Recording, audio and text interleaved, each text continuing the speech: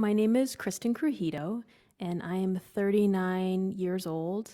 And today is November 15th, 2015. And we are here at the historic Colton House on the Museum of Northern Arizona's property. And I am a colleague of Jason Nez's, although he is in the research department and I am in admin. My name is Jason Nez. I am 38 years old. Today is November 15th, 2015.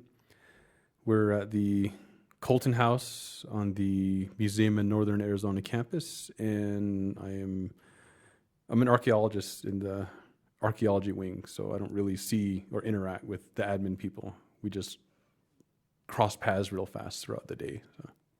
So with that said, I'm excited to learn more about you and what you do here at the museum. And with that, I'd like to ask you when you became involved with Museum of Northern Arizona. So in the fall of 2007, Ted Neff, who used to work here, he brought me in for the Grand Archaeology Project. So we initially started by hiking into the Grand Canyon. We were visiting some archaeology sites. We were scouting some campsites, boat landings. And then a year later in 2008, we went down there with this giant crew and we were excavating in the Grand Canyon for 2 years on and off. And that's how I really started with the museum. So. Okay. And what were your excavations entailing? Was it something you were looking for, or can you explain more about that project? There's a lot of erosion going on downstream of the dam because Glen Canyon Dam traps a lot of the sediment that used to go down the Colorado River, and that sediment used to get deposited and it used to blow up onto the slope and cover up the sites, and it was a self-replenishing supply of sand. But without the sand coming down, there's just erosion. There's no more sand coming in, it's only going out. So a lot of sites are getting exposed or getting washed away. And the data recovery we did in conjunction with the National Park Service was one of the only ways to get data out of the sites before they were lost. Interesting. And I know that you are a fire archaeologist here at the Museum of Northern Arizona, which we all think is really cool.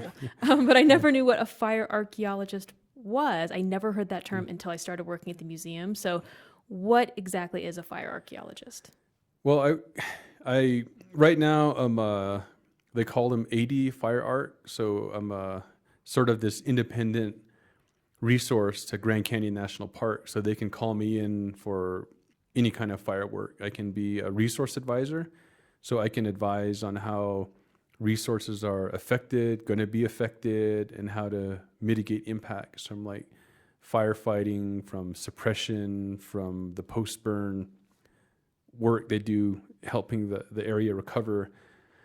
Or I can be a fire archaeologist where a lot of times, sometimes we go in prior to the fire, we see what's out there. We see what will be impacted by the fire. Like sometimes there's old cabins, outhouses, piles of wood that used to be hogans. There can be pueblos with like intact roofs. There can be sites that if it burns, it can change the carbon dating and stuff like that. We're looking for things like that. And additionally, sometimes we don't know what's out there. We're just going to look. And then during the fire, sometimes we stay with the resource to make sure it's not impacted. So we'll be there with an engine crew ready to put the fire out if it gets into a house, or we'll be wrapping a cabin with a foil wrap, a fire shield. And then after the fire, we'll go in sometimes and we'll see what's there because there's so much vegetation on the ground. There's so much leaf litter that we don't know what's on the ground. And after the fire, when everything's burned, we can go in and take a look. And sometimes there'll be sites that we haven't seen before.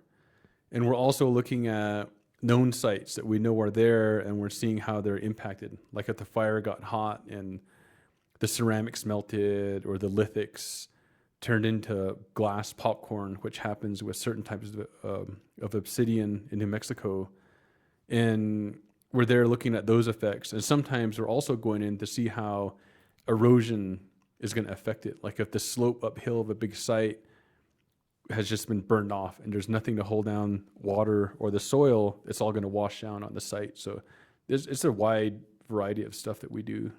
Okay. And I remember you telling me shortly after the slide fire down in Sedona, and that was kind of my first touch point with what you did, about is it a historic cabin that was found after the slide fire went through? Yeah, it was actually during the fire. I wasn't on that fire. I wasn't available, but I just, from what I read in the news, that there was a fire crew out there, and the fire crew was familiar with artifacts. They were familiar with what's probably historic and what's valuable. So they reported it, and they went out, and it was actually a pretty old hogan, I believe, not hogan, a cabin from the late 1800s. So it's pretty important when you look at the history of this area, from Flagstaff to Fort Tuthill to Munns Park, what people were doing way back then, where they're coming from and where they're going. Just like we look at prehistoric sites, we're doing the same thing with historic stuff. We're seeing how people were living. Was he raising cattle? Did he have a farm? Was he growing potatoes? Like all of that is probably, we'd be able to see that by looking at the site. And what's the slide fire? It was a fire that burned, the slide fire was a fire that burned around Oak Creek and north 2 years ago, or was it last year? 2000, I believe it was 2014. Okay, yeah, which would be last year. Yeah. Or 2013. What does that mean, though, slide? Well, that's just the name of the fire. The fire managers, they'll name a fire by the nearest geographical landmark, which could be a rock slide, it could be a spring, it could be any number of features out there. And how does one become a fire archaeologist, or what inspired you to specialize in that area? I wish I could specialize in it, but it's just an extension of work. Like working for some of the federal agencies like the Park Service and Forest Service, you're out there working, you're protecting and preserving sites, and sometimes protecting and preserving sites mean you're protecting it from a wildfire. You're out there trying to save these structures, or at least record them before they're impacted by the fire. So it's just part of regular work. Okay. And what about any childhood experiences or something that you can remember that stood out that maybe influenced you to become an archaeologist? Growing up on the reservation, I was raised a lot by my grandparents, my father's parents, and a lot of my aunts and my uncles. They talk about people that are raised by the village, and I've been raised by the village, and different relatives had taught me different things, particularly my grandmother, who would talk about the arrowheads I would find when I was out playing around or chasing the sheep, and she would explain some of the significance of the places on the landscape and tell me a lot of the stories of the area going way back into prehistory. And that's sort of set me up for becoming an archaeologist. I never realized it when I was younger. I never realized it when I was a young adult doing crazy things, but now as a constructive member of society, I'm like using that knowledge that I was taught. And then where on the Navajo reservation did you grow up? I grew up south of Tuba City. It's this place called Coal Mine Mesa, and it's just this big desert flatland. We don't have any trees. There's no standing water. We're just desert people. And all there is to do is ride horses, chase cattle, hike around. We have a big old canyon that we'd go and hike around and play at. And I was just, in addition to there, I was also all over the place as a kid, going hiking out into the rocks and going to different places in the whole western half of the reservation.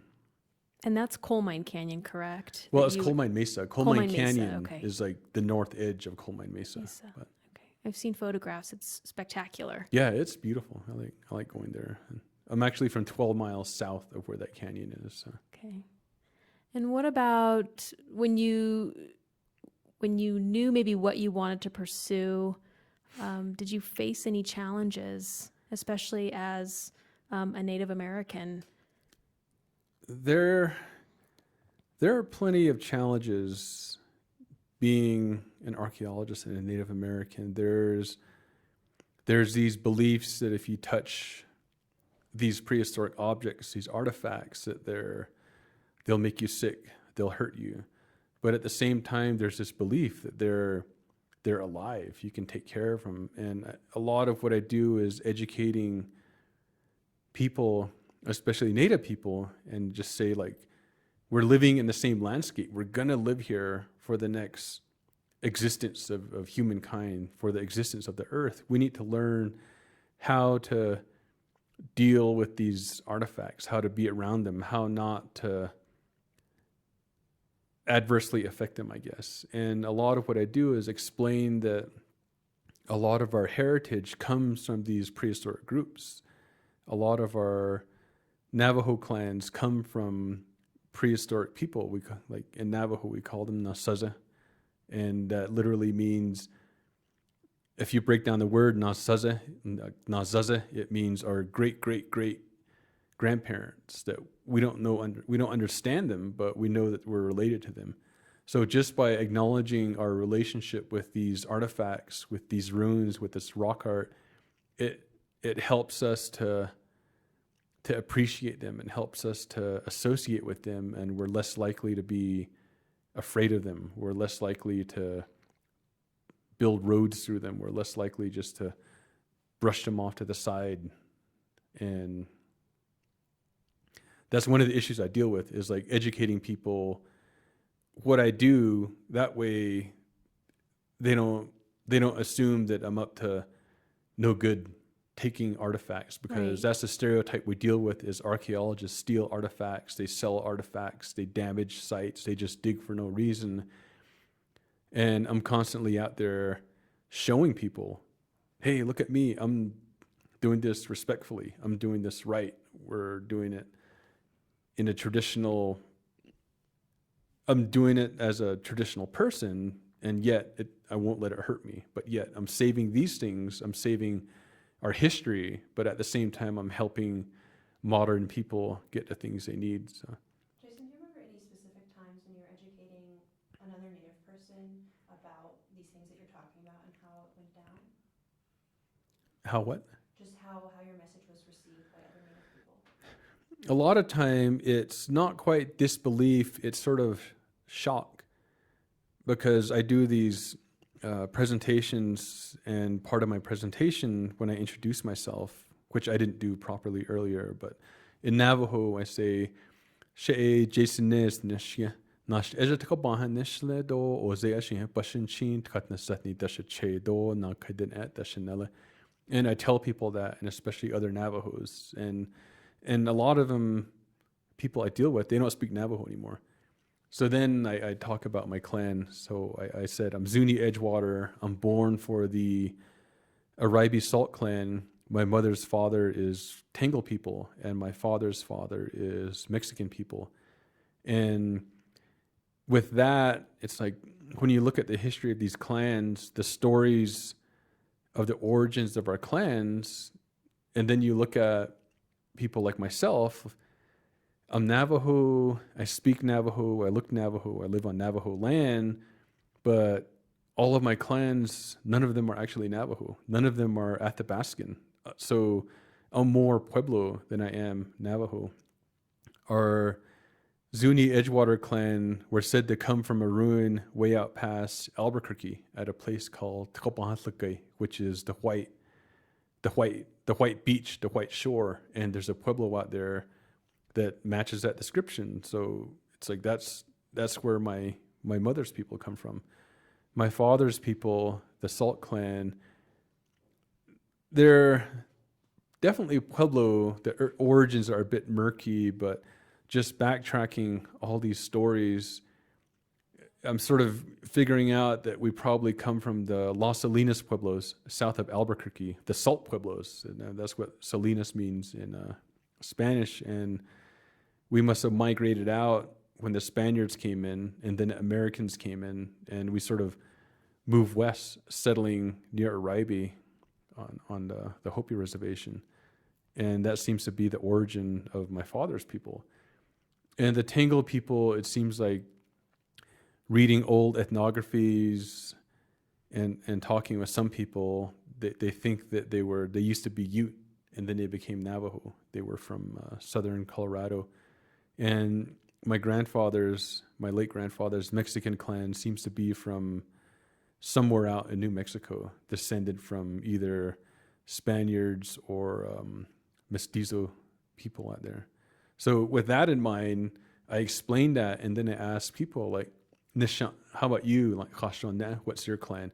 And then they'll tell me their clan, and I'll say, your clan is from this pueblo, it's from that pueblo, you're from this group of people. And people, they get surprised when they find out that even though culturally they're Navajo, like way back, they're not. We're just a diverse people.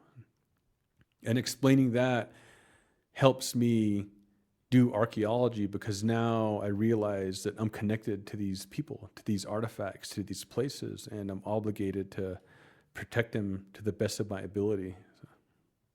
And that was and you've answered that very well. And that was another question that I had was, how do you, effectively kind of walk that line with old traditions or traditions of the past and perceptions versus this, newer sense of preservation and exploration and research that you do within your position?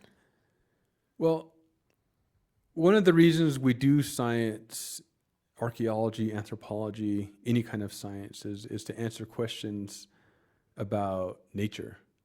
Why does it snow? Why do birds fly?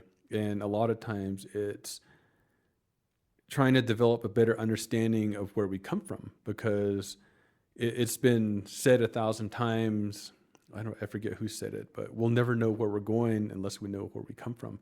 So understanding our past is important for Native people, because we're changing, we're evolving. We have a whole generation of young Native kids that don't know their culture, that don't know their language, that don't know their tradition. And in this time of diminishing resources, we have hungry eyes looking at our lands. We have hungry eyes looking at our resources on and off the reservation. And this newer generation will not be prepared to defend these places if they don't know about it, if they don't care about these places, if they were never taught about it. It's going to be difficult for them to stop uranium mining on places like Mount Taylor if they don't know the meaning of the mountain in Navajo.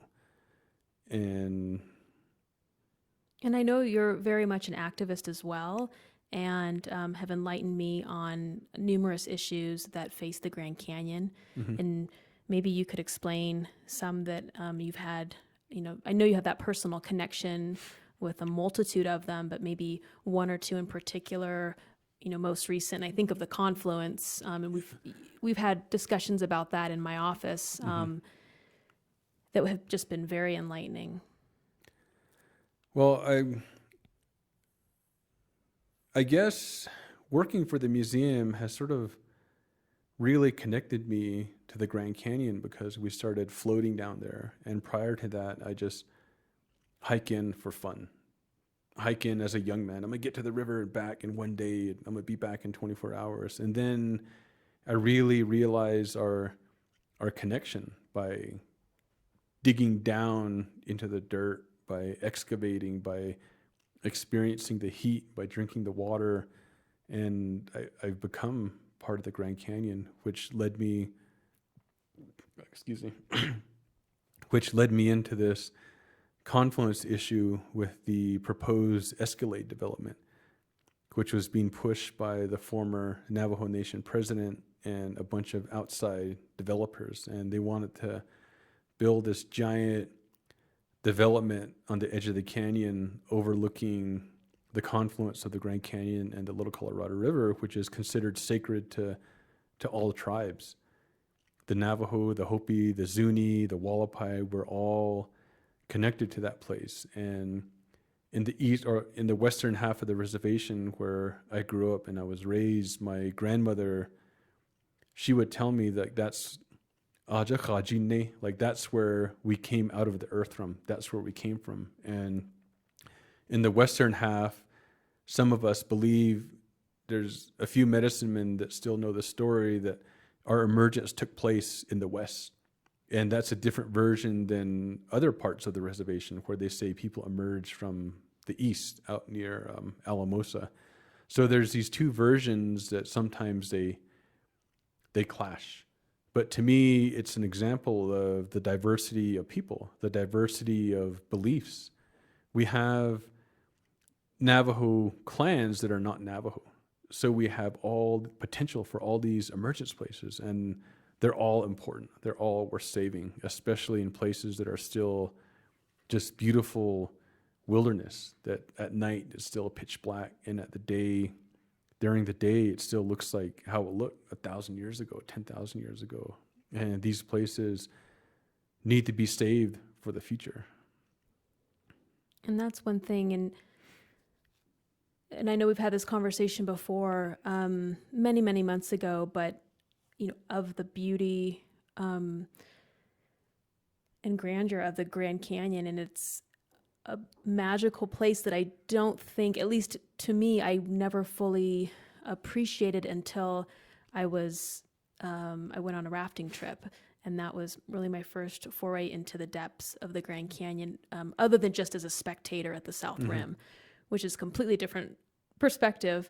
But I was fortunate to be where the Little Colorado meets the Colorado, and the guides on our trip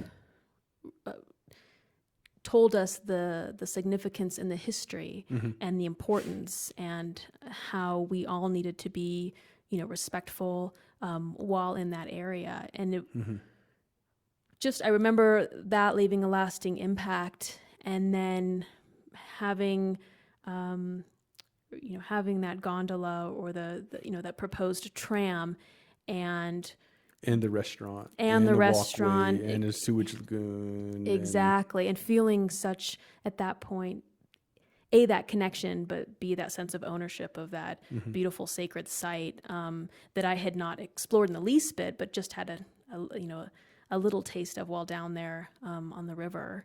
And just the outrage that I felt when something so beautiful and something so pristine that should be experienced by everyone, and for generations to come, that that all could be sacrificed and compromised.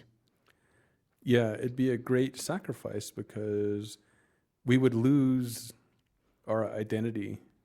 As Native people, it gets harder and harder to define who we are, even to ourselves. We call ourselves natives. We have our tribal names, but what distinguishes us as Native is our belief that the earth is alive, that this landscape is alive, that everywhere has a meaning, it has a name. And when you forget all of that, then who are you? Who are we when we start forgetting where we're from, when we start disregarding our relationship with nature for money? Money only lasts a short time. Money doesn't last forever, but your identity is everything. And one of the issues we had to deal with is who do we want to be?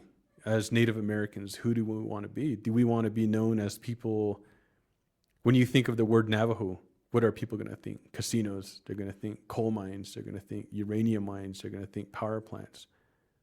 Or do you want people to think balance, beauty, nature, wilderness, and we have to decide, and we have to find those balances. And I think we're making great steps forward into figuring that out, into getting away from natural resource exploitive industries, and finding ways to move forward without selling our identity, without selling our soul. Jason, you kind of mentioned your grandparents. Yeah. Do you mind painting a picture of who they were? In a lot of traditional families, sometimes they leave the kids with different relatives, and my parents love me very much, but having 3 boys is a handful. So my father, he was going to law school at ASU in Tempe, and being the oldest, I was left with my grandparents a lot. I was left by my Aunt Ella, my mom's older sister, and she raised me through kindergarten. So I was living with my aunt, and every weekend I'd go with my grandparents. We'd be out on the ranch, and I'd be out herding sheep, being a little res boy, riding the horses, and basically learning how to be Navajo. And that was sort of what turned me into what I am, like being a cattleman, being a environmentalist, being a scientist. I don't want to add too much mysticism to it, but it seems like that was the plan in some sense. I'm sure when people have kids and they're making direction for them in life, they make this direction, they set up the board, and it's up to the children to sort of figure it out. And I think that's just the direction I went into, was cultural preservation. And where did you study? Did you study at NAU or down in the valley? I went to NAU here in Flagstaff, and my undergrad degree is actually in environmental science. I've been doing archaeology long enough that I jokingly called it I've attained like Jedi status. I'm able to discuss a wide range of policy issues. I'm able to discuss archaeology in the scientific term. I'm able to discuss it in the traditional terms. I'm able to discuss it as a native. I'm able to discuss it as a scientist. And it's just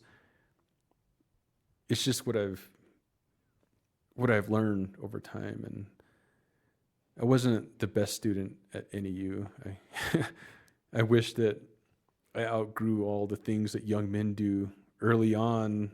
I think I'd be better focused now, but I'm always grateful to the environmental science program at NAU, because they had a very diverse program involving geology, meteorology, management, forestry. It's just a great program. And what about your siblings? Did they go into the same field or something different? My younger brother, he got a degree in photojournalism, I think, and then he moved to the East Coast, and now he's getting like a master's degree in GIS. And my youngest brother, he's still working down in Mesa. He's getting by, and hopefully he'll go back to school. So when you're not doing archaeology, what do you like to do? What are your other passions? In a good year, I'll have plenty of gas. I'll have plenty of fuel, and I'll just be like going all over the Southwest, visiting ruins, visiting rock art, learning and absorbing as much as I can.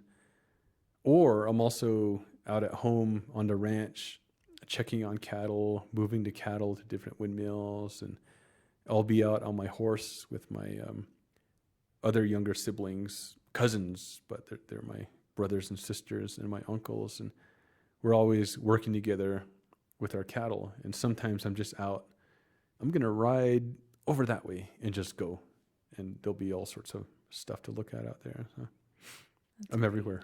That's great. And what are some of your favorite places on the Colorado Plateau?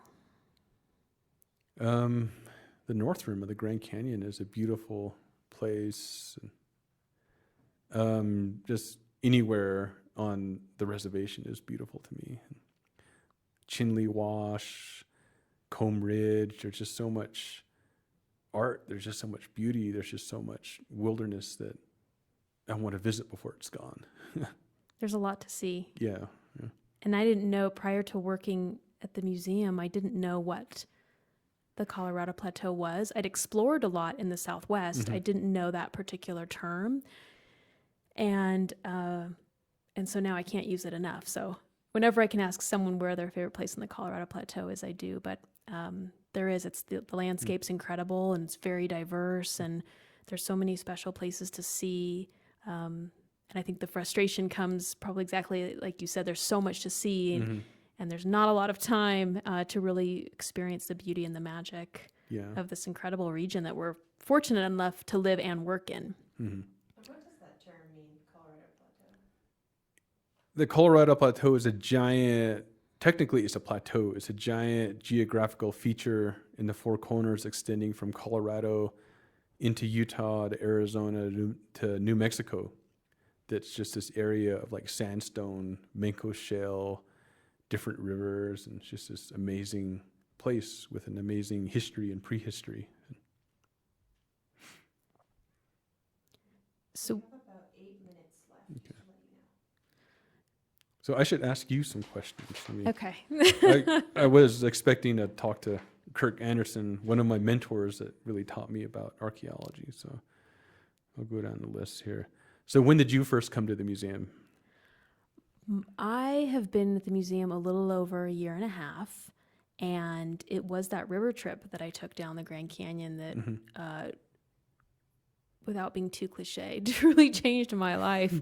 And I remember coming out of the Grand Canyon, which I'd hiked a multitude of times, and coming out and just being really sad that my adventure was over. And so I hightailed it back to Phoenix and told my partner, I want to change our lifestyle. Let's move to Flagstaff. And fortunately, he said, okay, I'm on board. So we packed up and moved to Flagstaff. And about 8 months later, I found this marketing and public relations position at the museum. And it's wonderful. My passion is art and art history. And my work experience is, many, many years of doing public relations and communications. So it's a beautiful melding of the two. And I think what's really great about my job is that the museum does so much. So it's not just the art of the Colorado Plateau. It's the art, it's the cultural history, it's biology, it's archaeology, paleontology, lots of ologies that I'm learning about, and feeling more confident when I speak to the public about them. But I learn something every day in my job, and it's brought me back to previous passions that I had before about traveling and exploring and learning more about Native peoples, and it's just a fantastic place to work, and I get to meet fire archaeologists like you. I'm really fortunate. Yeah, that's cool. So you had a background in marketing already before you came here? I did, and but my academic background is in art history. So I studied Mexican art in particular, and pre-Columbian, Aztec, and Mayan. Oh, cool. So it's very fitting here because there's that connection between pre-Columbian peoples and Pueblo peoples in this region, and so that was also my tie-in to want to work here too. Oh, that's cool. Where'd you go to school at? I am a wildcat. So I went down to school at the University of Arizona in Tucson, and it was a great place to attend. And so up here, I am a fan of the NAU Lumberjacks. And I'm not a fan of the Sun Devils, just the Wildcats and the Lumberjacks. But U of A was a wonderful introduction into anthropology and archaeology of the region and of Mexico. So took a few anthropology a few anthropology classes, and they were absolutely fascinating. So it's been great to learn more while I'm here. Yeah, this museum is a place for it. It totally is. Is there any particular exhibition or exhibit that you like, or that you've set up or participated in? I'm actually looking forward to the one that's opening next week. You Are in Indian Land. Oh. And that one really presents contemporary art by leading American artists in a very unique way, and it challenges kind of those perceptions that we discussed earlier about being Native American. Mm-hmm. And I think that will elicit a lot of great dialogue, not only in the community but beyond. And I'm looking forward to seeing the public's reaction to that one. Yeah, I'm always interested to see how people react, especially when you don't play into their stereotypes. Exactly. Especially when you're not the Squanto, or you're not the Cinco de Mayo Mexican that everyone thinks is out there. And exactly. And we have these, we love having terms in this country for very culturally diverse people. And so when people can't identify you, in a specific way, by saying, oh, you're Navajo. Well, no, you're, all of these other things, or I'm not just Mexican. That's just, one of many ethnicities that I am. And so I think it freaks people out a little bit. So I'm looking forward to some people being challenged and challenged at the opening of the show. About 3.5 minutes left. Any last things you want to say to each other?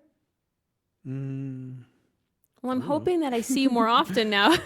Yeah. I'd love to continue the chat after this. Yeah, I'm always this interview.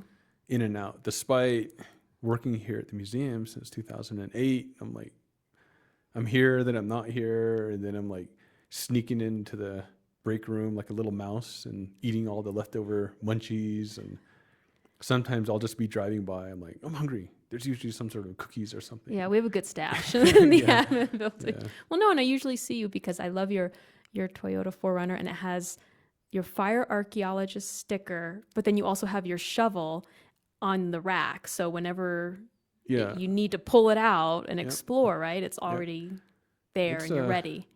It's my archaeology. It's also my rancher ride too, so I can deal with everything from down cattle to excavating at just a flip of a switch. Yeah. You're ready for whatever comes your way. Yeah. Well, And thank you hopefully for... we won't be digging ourselves out of the snow. I know. Yeah. I'm looking forward to it, though. Yeah. But thanks for chatting with me today. Yeah. Thanks for filling in for Kurt. Yeah, it was great. Yeah. Interesting. Thank you.